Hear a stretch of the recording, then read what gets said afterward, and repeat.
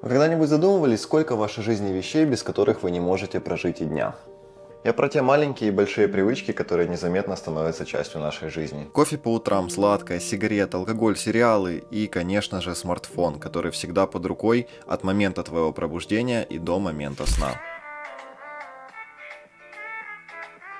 Несколько дней назад я поймал себя на мысли, а что будет, если отказаться от всего этого хотя бы на неделю? Ведь на самом деле все эти привычки, которые стали частью нашего дня, делают только хуже нам и нашему организму. Каждый день мы проводим часы в социальных сетях, чтобы не упустить ничего важного и всегда знать, что происходит в мире. Мы все чаще сравниваем себя с выдуманными идеалами жизни других людей, начинаем чувствовать тревогу, раздражение, усталость. Лента новостей не дает мозгу отдохнуть, мы постоянно находимся в состоянии легкого стресса, даже не замечая этого. Так что же будет, если отказаться от всех зависимостей хотя бы на неделю? Исчезнет ли твоя тревожность? Будешь ли ты лучше просыпаться по утрам? Получится ли у тебя лучше концентрироваться на повседневных задачах? Это я и хочу проверить следующие 7 дней. И сейчас я чувствую, как меня просто рубит. Очень хочется спать. Действительно очень сильно упало настроение. Первые 2 дня это было более лайтово.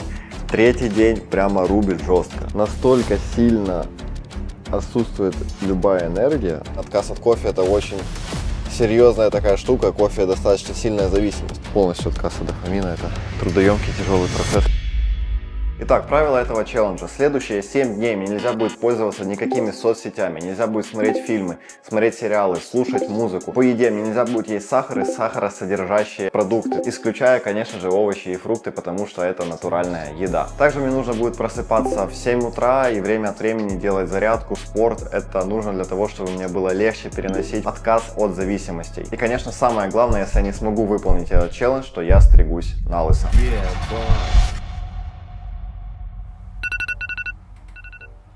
Первый день начался у меня с раннего подъема, стакана воды. Кофе был поинтереснее. И похода на тренировку. Сейчас у меня нет задачи сделать какую-то супер экстра хард тренировку. Первое же утро. У меня есть просто задача сделать разминку, чтобы мой организм немного свыкся с изменениями, и мне было потом просто легче просыпаться по утрам. После тренировки пришло время приготовить здоровый завтрак, но была одна проблема. Вот вам первый минус вставать рано утром. Во-первых, не работают магазины. Но знаете, что самое прикольное? Работает Макдональдс с 7 утра, который манит меня своим сладким завтраком, своим прекрасным фастфудом. После похода в магазин приступаем к приготовлению еды.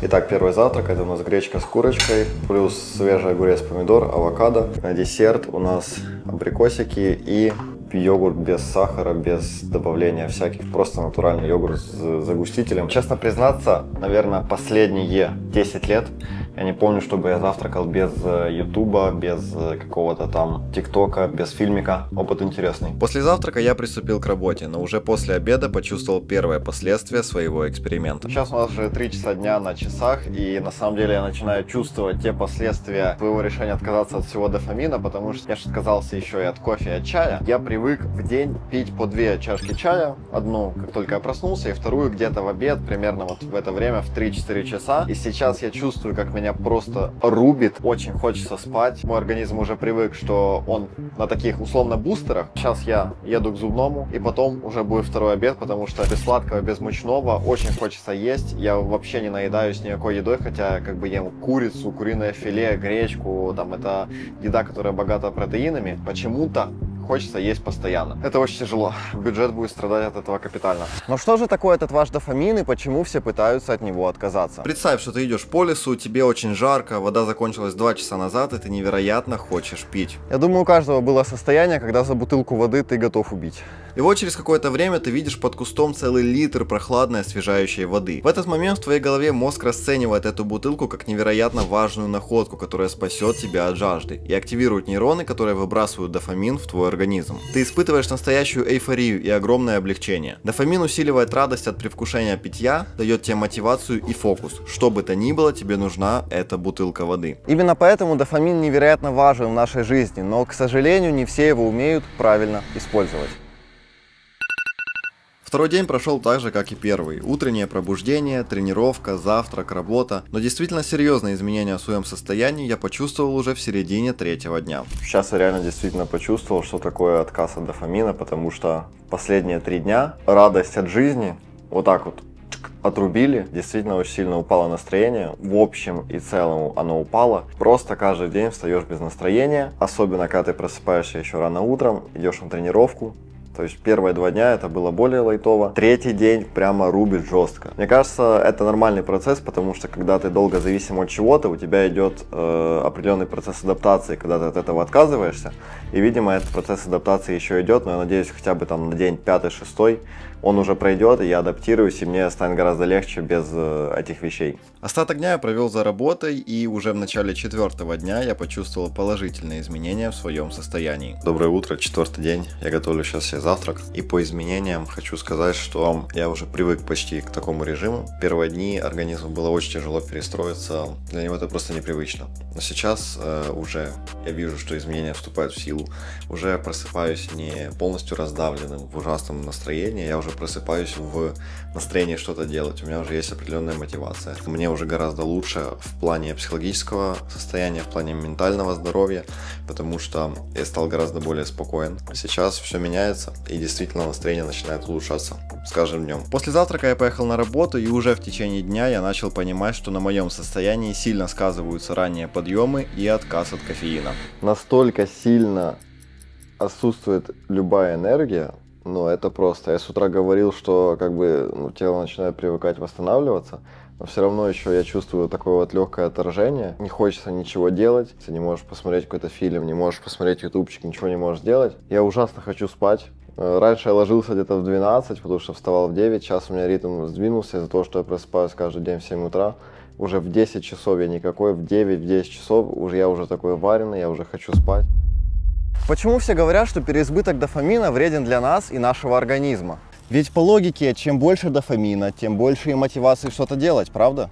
Но на самом деле все не так уж и просто. Помните, вы несколько минут назад шли по лесу и убить были готовы за бутылку воды. Но вот вы ее выпили, жажды у вас больше нет, и вы также спокойно идете по лесу и пинаете шишки. И, о чудо, вы снова видите бутылку воды. Это такая же вода, что была 5 минут назад, но есть одно но. Вы уже не страдаете от жажды, и сейчас это уже обычная вода, а не та божественная, непревзойденная, которая спасла вам жизнь. Но мозг понимает, что по лесу идти еще долго, вода заканчивается, и вам бы лучше взять эту бутылку с собой. Поэтому он опять дает вам порцию дофамина, но уже поменьше. Потому что когда потребность острая, как при сильной жажде, выброс дофамина большой. Когда же потребность удовлетворена, дофамин вырабатывается в меньшем количестве, чтобы не создавать избыточной стимуляции. И вы уже никогда не почувствуете тех эмоций, которые были от первой бутылки воды, хоть у вас их будет миллион, потому что именно первая бутылка воды спасла вам жизнь. 7:16 утра 5-го дня. Погода на улице настолько дерьмовая. Сегодня утро было гораздо легче, чем все утра предыдущие, потому что уже не было борьбы с собой, войны с собой, чтобы встать, чтобы проснуться. Сегодняшний день у меня будет такой релакс, потому что сегодня, опять же, суббота, все люди спят, все люди отдыхают в 7:40 утра. Сегодня такой супер работы не будет, и как раз эти дни очень опасно. Можно сорваться на ТикТок, на Инстаграм, на Ютуб, потому что чем меньше у тебя повседневных задач, чем меньше у тебя повседневных дел, тем больше ты начинаешь обращать внимание в сторону развлечений. А развлечения нам пока что запрещены как раз. После силовой тренировки и завтрака я решил отдохнуть и позаниматься бытовыми вещами, чтобы отвлечь себя от желания зайти в соцсети или посмотреть фильм. Время от времени рефлексы давали о себе знать, я брал телефон, но вспоминая о запрете, сразу клал его обратно. Но отсутствие дофамина от зависимости очень сильно било по моему состоянию, поэтому на 6-й день я решил устроить себе разгрузку, сделав кое-что интересное. 7:06. Это 6-й день начинается. Завтра 7-й. Я думаю, действительно 7-й день будет самым легким. Сегодня тоже много работы, сегодня воскресенье. На 6-й день у нас была запланирована съемка с канатом и гидроциклом, и так уж повезло, что после съемки нам дали на них прокатиться. Побыстрее! Когда ты отказываешься вот от этого легкого дофамина, ТикТок, Инстаграм, сладкое, у тебя определенная пустота сформировывается, но если ты этот дофамин заменяешь другим дофамином, правильным спортом, какими-то соревнованиями, гидроциклами, там, пляж, купание, игра, ты от этого получаешь гораздо больше удовольствия, чем когда бы ты просто сидел в ТикТоке, залипал и там просто ютубчик смотрел. Поэтому действительно, вот когда идет дофаминовый детокс, когда идет отказ от всех зависимостей, там, даже если взять курение, алкоголь, нужно заменять на другие приятности, которые будут доставлять тебе удовольствие. Да что такое дофаминовый передоз и почему нужно делать дофаминовый детокс, как я в этом видео? Дофаминовый передоз происходит, когда ваш мозг получает большое количество стимулов, вызывающие постоянные выбросы дофамина. Это случается, Получается, когда человек постоянно кормит свой мозг яркими впечатлениями, соцсети, фастфуд, видеоигры, все, что быстро дает чувство удовлетворения. Мозг начинает перенасыщаться дофамином, как будто бесконечно ест только сладкое. Удовольствие быстро притупляется, потому что нужен все более сильный стимул. Снижается чувствительность дофаминовых рецепторов, и обычные простые радости, такие как прогулка, книга или общение, перестают приносить удовольствие, они просто кажутся скучными. Представьте, если бы вы, гуляя по лесу, находили бы бутылку воды каждые 3 минуты. Через полчаса вы бы перестали обращать на них внимание, потому что у вас их и так много, хотя всего 10 минут назад были готовы убить за ту самую первую бутылку. Поэтому для нормального функционирования нашего организма и нашей нервной системы время от времени нужно делать дофаминовый детокс.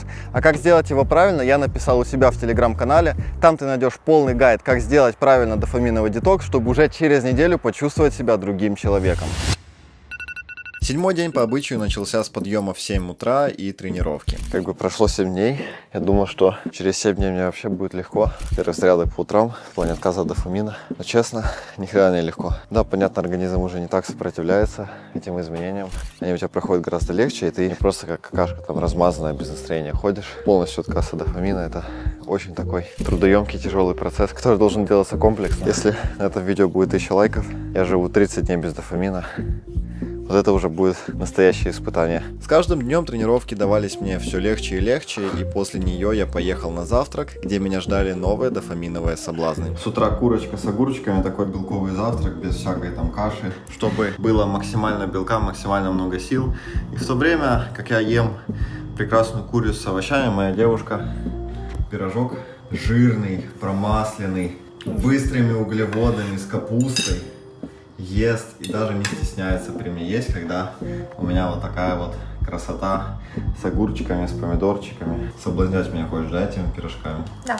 7-й день проходил достаточно спокойно и был одним из самых легких в плане сдерживания себя от зависимостей. Днем я дополнительно потренировался дома, съездил на стрижку и уже к вечеру был готов сделать вывод по поводу 7-го дня и всего этого эксперимента. Ну что, друзья, вот и прошли мои 7 дней без дофамина. И что я хочу сказать. На самом деле это был достаточно тяжелый эксперимент. С одной стороны, он кажется достаточно легким. Это не супер сильные зависимости, не очень такие жесткие, например, как курение, как алкоголь, как наркотики, не дай бог. То есть это такое, там, отказ от сладкого, ТикТок, Инстаграм. Ты думаешь, блин, это же очень легко отказаться от этого. Но на самом деле этот процесс очень тяжелый. И поначалу я думал, что самое легкое это будет отказаться от каких-то пищевых привычек, то есть там сладкая, жирная еда, фастфуд, но на самом деле это оказалось самым тяжелым. Одно из самых больших удовольствий, которые мы получаем в жизни, это удовольствие от еды. И поэтому, когда ты обрубаешь себе какие-то там пищевые свои привычки, тебе они даются очень тяжело. А плюс сюда отмена социальных сетей, подъем по утрам. Это был очень тяжелый эксперимент и дался он мне очень тяжело. Пройдя этот 7-дневный путь, я понимаю, что очень важно проходить очистку от дофамина, потому что тебе становится гораздо легче думать, тебе становится гораздо легче жить, гораздо спокойнее.